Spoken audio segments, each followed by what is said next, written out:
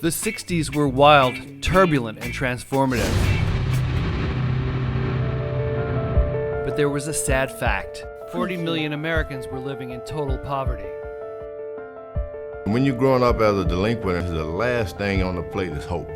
Declares unconditional war on poverty. The war on poverty was a sweeping series of bills that would create Job Corps. Sergeant Shriver had the daunting task of creating the program from scratch. I had the task of trying to create a program that would be helpful to the people who were poor. The biggest celebrities of the day appeared in ads to draw students to the program. This is Jackie Gleason, talking to you about the Job Corps. Sergeant Shriver was in a lot of ways born for the job of running the war on poverty. Using pure will and passion, Shriver got Job Corps off the ground. The first center opened in Maryland in 1965.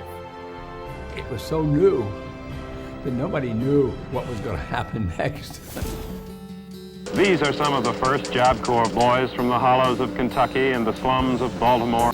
Economically disadvantaged young men ages 16 to 21 arrived in a nurturing environment where their needs would be met and they'd be taught a trade. For many of them, it was their first and last chance. 3 meals per day. I never had 3 meals in my whole life. Job Corps' trademark, mentorship, was there from the very beginning.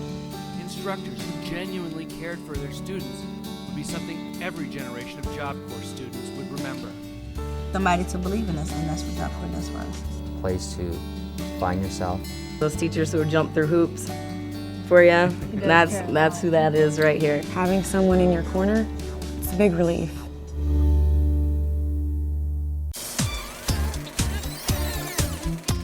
The 70s brought sweeping social change and changes to Job Corps as well. One of the most significant changes was the introduction of co-ed centers. I was there when the first group of young men arrived, and the women were so excited. By Job Corps' 10th anniversary, men and women were learning side by side in a flexible and enduring program. I shall resign the presidency effective at noon tomorrow. In a changing country, centers offered daycare to students.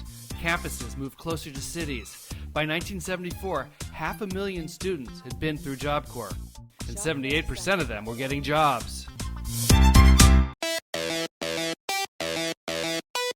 When Ronald Reagan took office, Job Corps had just celebrated 15 years. The culture and Job Corps were once again changing. The program added 9 new centers, advanced trades. What they do is exactly what they're going to walk into once they complete and leave my trade. Courses reflected the changing face of the economy and technology. Trades were crossing gender lines. And now over 83% of graduates were going on to real jobs, higher education, and the military. Job Corps, just as it was doing in the 1960s, is doing the same thing now and placing them in a healthy, constructive environment. Job Corps entered the 90s with momentum. After 25 years of service, so many lives have been improved, and some remarkable careers launched. Sergio Gutierrez graduated in 1993 and would go on to become the first Hispanic judge named to the Idaho District Court. There's something, I think, magical about knowing that you have succeeded in Job Corps. In 1994, Job Corps' most famous graduate, George Foreman, regained the heavyweight championship of the world. If I lived another lifetime, it wouldn't be enough to pay back the help I received by way of the Job Corps. In the new millennium, Job Corps continues to add new and advanced trades to keep up with the shifting economy.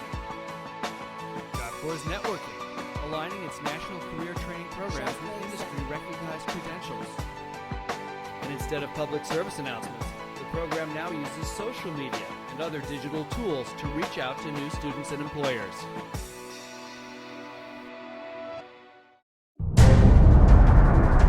On its 50th birthday, Job Corps can proudly say it's impacted 2.7 million lives, helping keep young people and the economy working.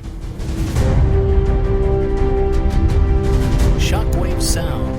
The world has completely changed, but Job Corps values stay the same, giving our nation's young people dignity, self-respect, and a future. Job Corps, for half a century. Shockwave sound.